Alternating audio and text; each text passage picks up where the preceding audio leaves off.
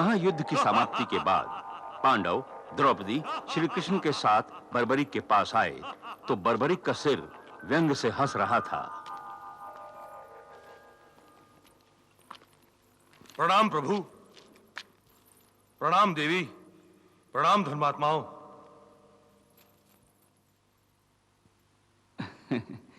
वत्स बर्बरीक, तुम किस बात पर इतना हंस रहे थे? प्रभु, मुझे हंसी सारे संसार पर आती है। सांसारिक लोगों की मूर्खता पर हंसी आती है, जो केवल दिखावे और शोभा के लिए अनायास ही दूसरों के पापों को अपने सिर पर उठाए फिरते हैं।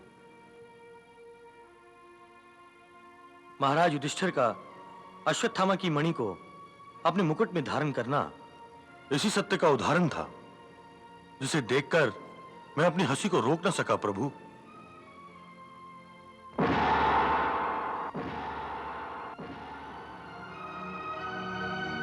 महाराज युधिष्ठिर, यदि मेरी हंसी से आपका अपमान हुआ हो तो मैं क्षमा चाहता हूं। नहीं बर्बरीक, इसमें कोई अपमान नहीं है। यह तो कड़वा सत्य है, पर है तो सत्य, और सत्य ही धर्म है। आज तुमने धर्मराज को धर्म की सीख दी है, तो इसमें भला अपमान कैसा? मैं तो तुम्हारे इस उपकार के लिए तुम्हारा आभारी हूं बर्बरीक। और मैं प्रभु श्री कृष्ण के उपकार के लिए आभारी हूं, जो उन्होंने मुझे इस युद्ध को अपनी आंखों से देखने का अवसर प्रदान किया। अन्यथा युद्ध के ऐसे अनोखे दृश्य से मेरी आंखें वंचित रह जाती। हाँ, ये युद्ध महापराक्रम के प्रदर्शन का युद्ध था। ऐसा युद्ध न कभी हुआ है और न कभी होगा। हे वत्स बर्बरीक, यदि तुमने यह संपूर्ण महायुद्ध देखा है तो यह भी अवश्य देखा होगा कि इस भीषण युद्ध में किस परमवीर योद्धा ने अपने महान पराक्रम और शौर्य का प्रदर्शन किया है।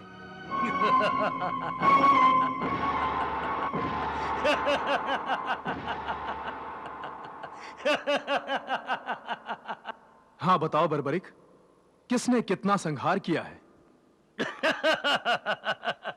तुम फिर इतना हंस क्यों रहे हो बर्बरीक? हंसने जैसी तो बात है देवी। क्यों? क्या युद्ध के बारे में पूछना हंसने जैसी बात है? क्षमा कीजिए देवी, युद्ध में पराक्रम दिखाना योद्धाओं के लिए गौरव की बात होती है, परंतु इस महायुद्ध में मैंने किसी को भी पराक्रम दिखाते हुए नहीं देखा।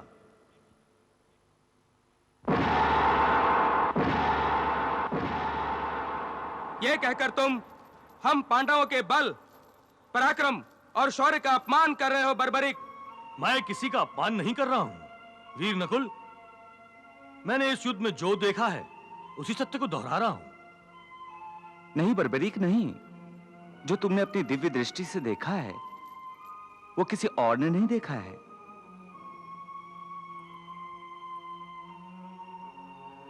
परंतु इस सत्य को अब ना बताना यही उचित होगा। नहीं प्रभु, सत्य को छुपाना झूठ कहने के बराबर होता है, और झूठ कहना पाप है। इसलिए मुझे सच कहने की आज्ञा दीजिए प्रभु।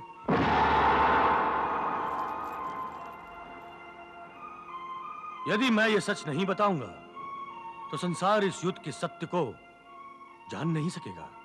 परंतु ऐसा कौन सा सत्य है जो हम इस युद्ध को लड़कर भी नहीं जान सके? है, बहुत ही गहरा सत्य है। हे सत्यवचना बर्बरीक, हमें बताओ कि तुमने इस महायुद्ध में वो कौन सा सत्य देखा है? बताओ। इस युद्ध में मैंने एक ऐसा चमत्कार देखा है महात्मन, जो सबकी आंखों से छुपा था। चमत्कार? और युद्ध भूमि में? हाँ देवी, मैंने युद्ध में भगवान श्री कृष्ण की लीला देखी है, अनोखा चमत्कार देखा है।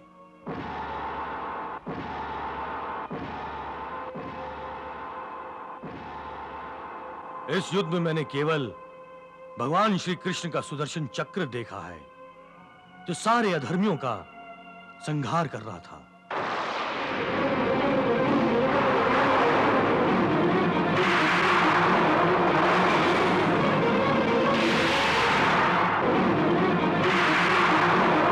मैंने देखा कि भीष्म अर्जुन के बाणों से घायल हुए हैं, परंतु वो गिरे हैं तो प्रभु के सुदर्शन चक्र के प्रहार से, जो आखिर में उनके पास आता है, और भीष्म रथ से नीचे गिर जाते हैं।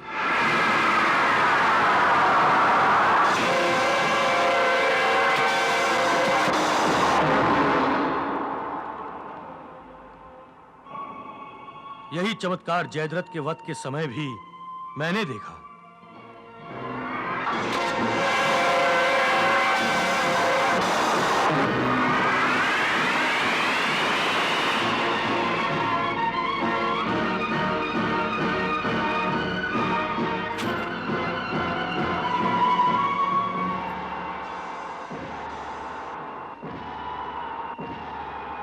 और द्रोणाचार्य का वध भी सुदर्शन चक्र नहीं किया था। धृष्टद्युम्न तलवार से वार करने जाते हैं, लेकिन सुदर्शन चक्र प्रकट होता है और द्रोणाचार्य का सिर काटता है।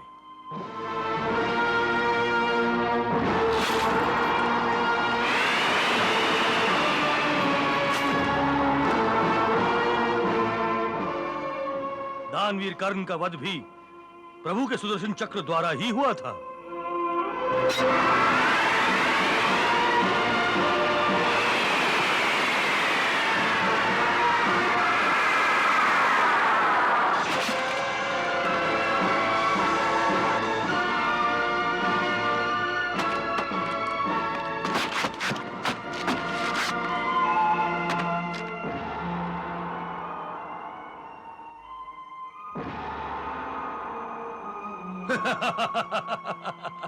मुझे तो ऐसा लग रहा था कि ये युद्ध कौरवों और पांडवों के बीच नहीं, बल्कि सत्य और असत्य, धर्म और अधर्म, न्याय और अन्याय के बीच हो रहा था। प्रभु श्री कृष्ण ने सत्य, न्याय और धर्म का नेतृत्व करते हुए अधर्म का संहार किया है और पांडवों के रूप में धर्म को विजय दिलाई है।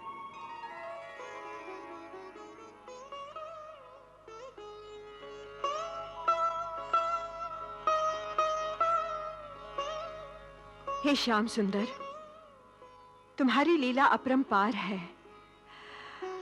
अपरंपार है। प्रभु, आपकी लीला देखकर मैं धन्य हो गया हूं। आपकी अमृतवाणी ने जो गीता कही वो मैंने भी सुनी और मेरी आत्मा तृप्त हो गई। जन्मों जन्मों की तपस्या के बाद भी धर्मात्माओं को और महात्माओं को आपके दिव्य विराट स्वरूप का दर्शन नहीं हो पाता, परंतु मैं वो भाग्यशाली हूं जिसे आप ही की अपरंपार कृपा के कारण आपके दर्शन प्राप्त हुए। मेरी आंखें तृप्त हो गई।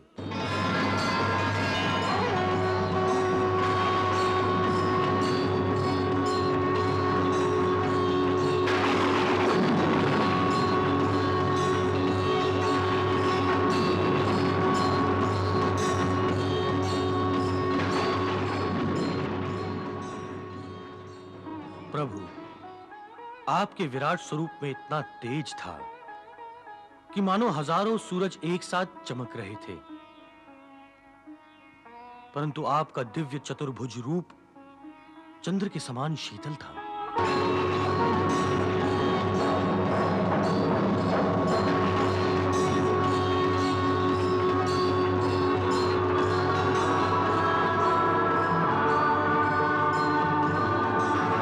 आपके इन दोनों रूपों को देखकर मैं आपका अनुग्रहित हुआ हूं। प्रभु, अब मुझे केवल परमधाम प्रस्थान करने की प्रतीक्षा है, परंतु इससे पहले हे भक्तवत्सल्य, हे जगत नायक, मैं आपके दिव्य चतुर्भुज रूप में समा जाना चाहता हूं। तथास्तु।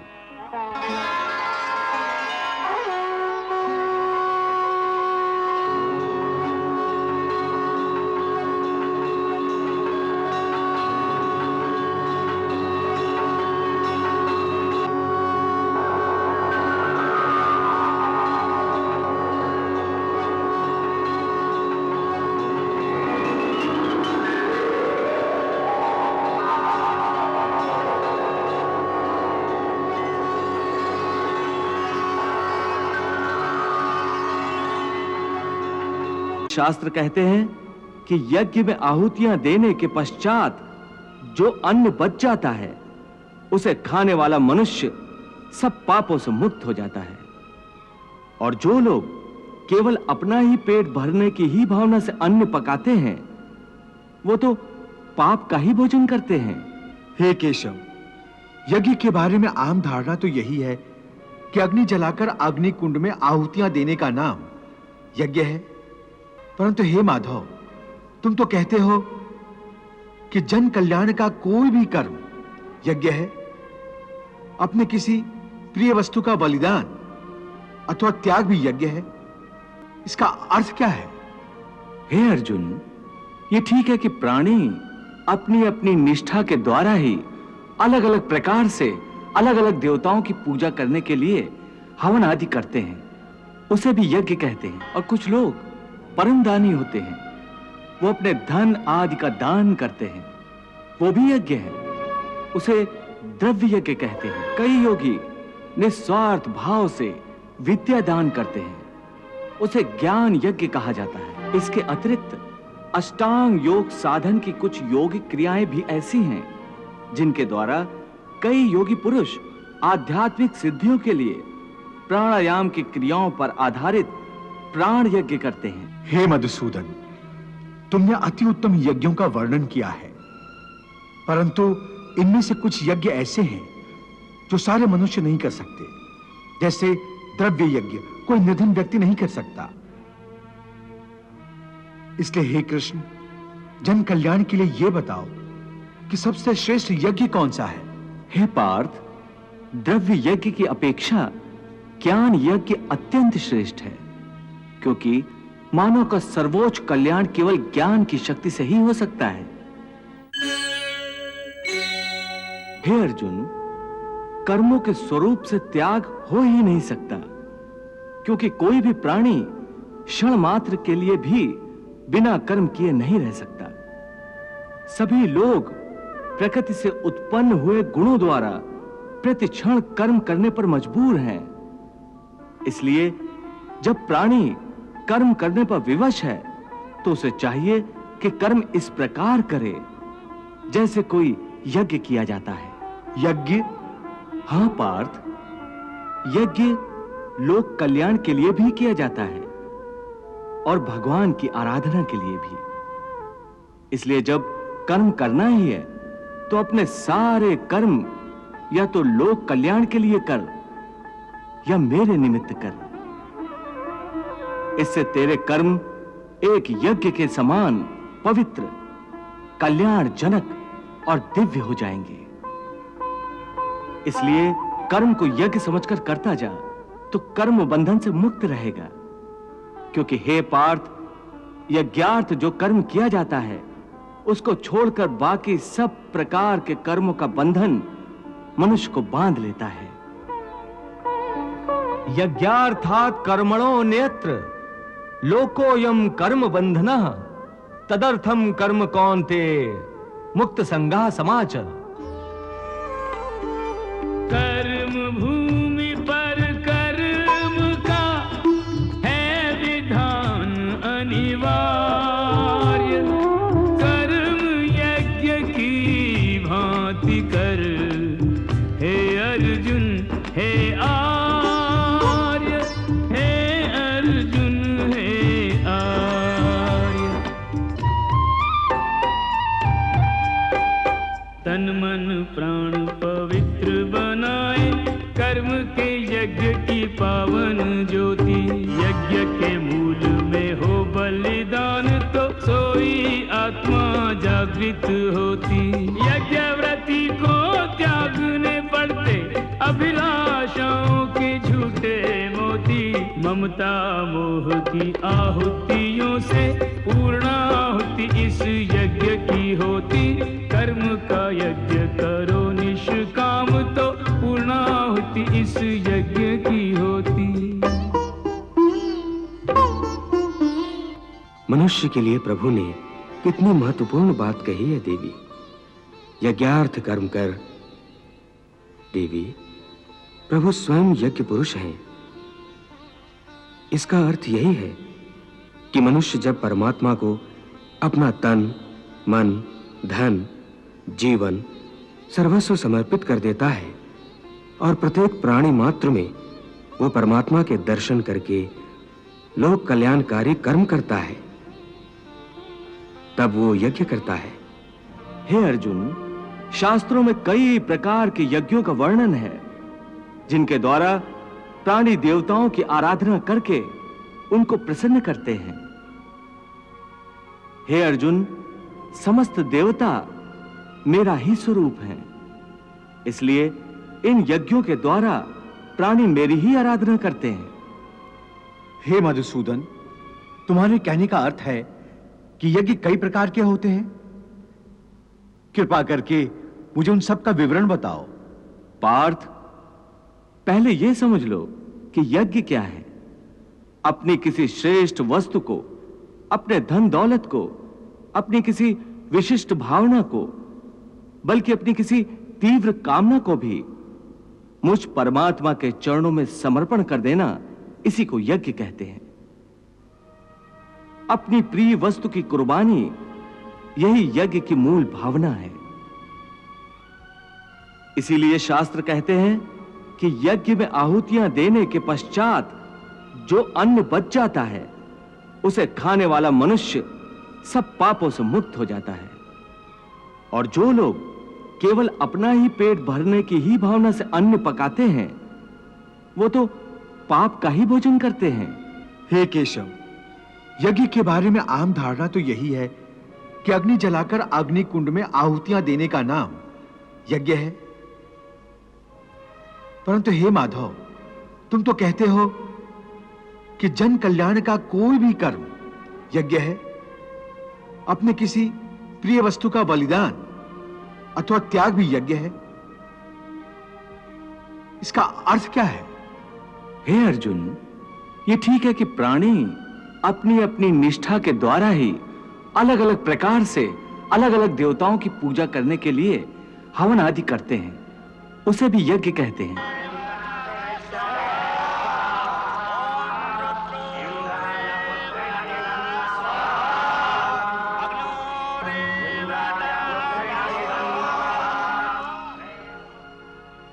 और कुछ लोग परम दानी होते हैं, वो अपने धन आदि का दान करते हैं, वो भी यज्ञ है, उसे द्रव्य यज्ञ कहते हैं।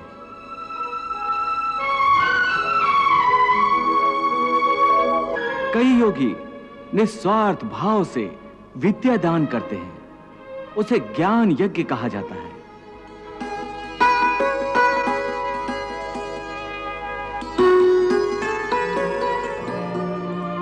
इसके अतिरिक्त अष्टांग योग साधन की कुछ योगिक क्रियाएं भी ऐसी हैं जिनके द्वारा कई योगी पुरुष आध्यात्मिक सिद्धियों के लिए प्राणायाम की क्रियाओं पर आधारित प्राण यज्ञ करते हैं। भगवान श्री कृष्ण अष्टांग योग और तंत्र की बात भी कर रहे हैं, उसकी व्याख्या क्या है? देवी, अष्टांग योग एक प्रकार की दिव्य चिकित्सा है जिससे मानव के समस्त रोगों का नाश हो जाता है। चाहे शरीर के रोग हों, चाहे मानसिक रोग हों, चाहे आध्यात्मिक ग्रंथियां हों, सबकी चिकित्सा के साधन योग शास्त्र में वर्णित हैं।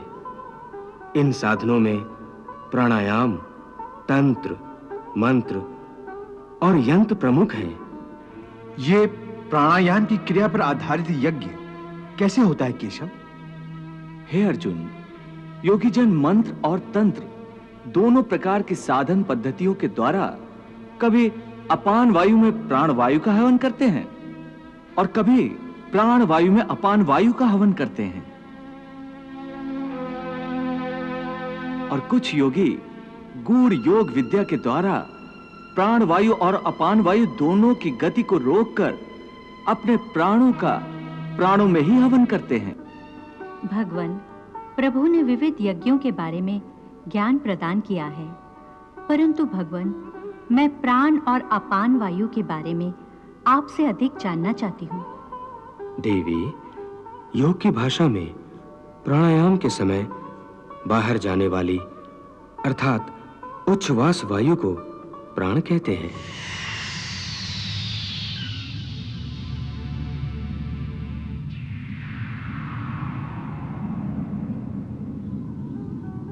और अपान? भीतर आने वाले श्वास को अपान वायु कहा जाता है।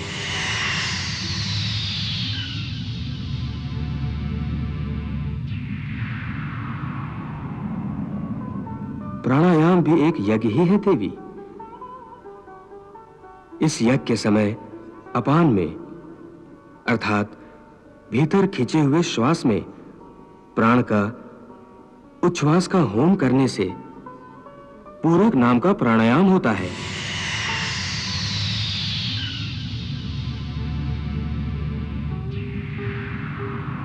और इसके विपरीत प्राण में अपान का होम करने से रेचक प्राणायाम होता है। देवी, प्राण और अपान इन दोनों के निरोध से वही प्राणायाम कुंभक हो जाता है।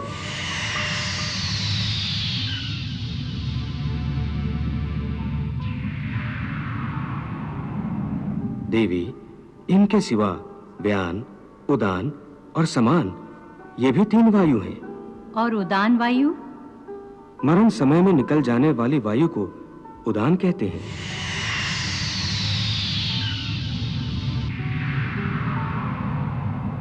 और शरीर में सब स्थानों पर एक सा अन्य रस पहुंचाने वाली वायु को समान कहते हैं।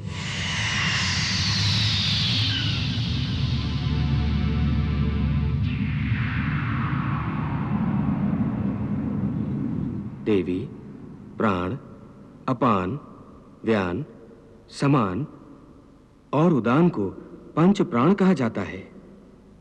मनुष्य के शरीर में ये पंच प्राण कहाँ स्थित होते हैं भगवान? देवी, प्राण हृदय में स्थित है।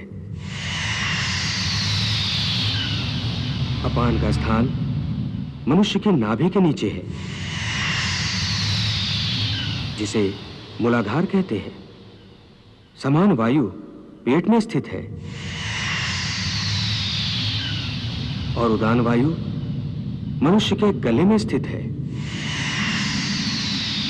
और व्यान वायु का स्थान कहाँ होता है? देवी, मनुष्य के संपूर्ण शरीर में व्यान वायु स्थित है।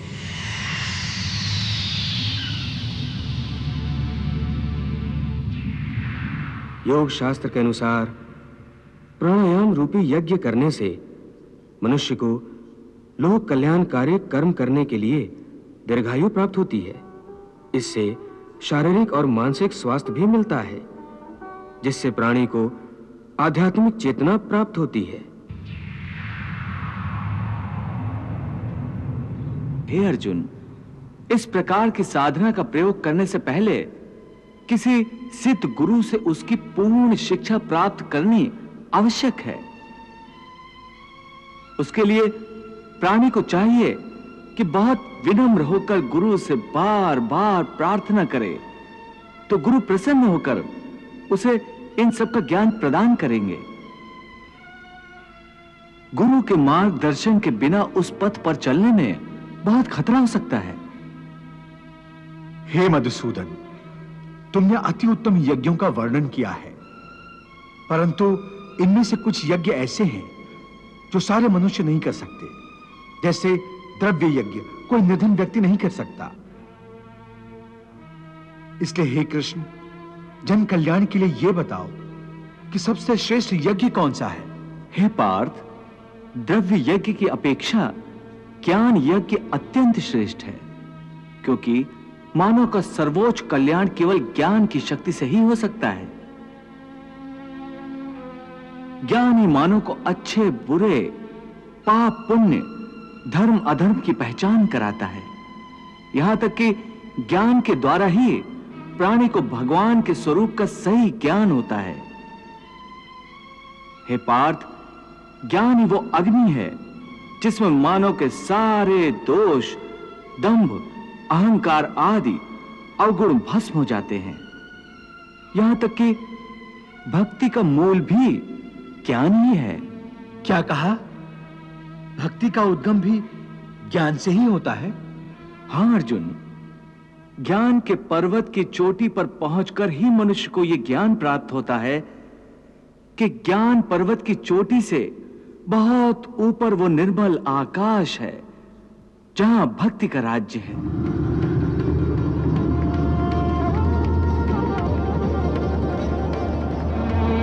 और जब प्राणी उस भक्ति के आकाश में पहुंचता है, वहीं प्रभु उसका हाथ पकड़कर उसे अपने श्री चरणों में ले जाते हैं। हे अर्जुन, ये समझ लो कि ज्ञान की अंतिम सीढ़ी पर चढ़कर ही प्राणी को श्रद्धा के पंख प्राप्त होते हैं और उन श्रद्धा के पंखों की सहायता से ही प्राणी भक्ति के आकाश में उड़ने लगता है। इसीलिए मैंने ज्ञान यज्ञ को ही सर्वश्रेष्ठ कहा है। हे पार्थ, ज्ञान के द्वारा ही तू इस सारी सृष्टि को पहले अपने ही अंदर देखेगा।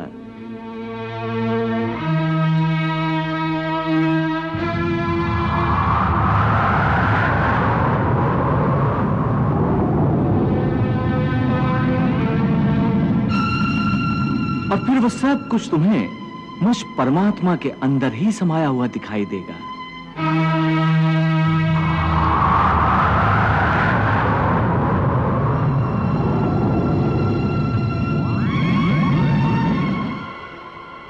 जब तू इस ज्ञान को प्राप्त कर लेगा, फिर चाहे तू संसार का सबसे बड़ा दुराचारी भी हो, तो भी तू इस ज्ञान रूपी नैया में बैठकर संसार के पाप समुद्र को आसानी से पार करके परमात्मा की शरण में पहुंच जाएगा।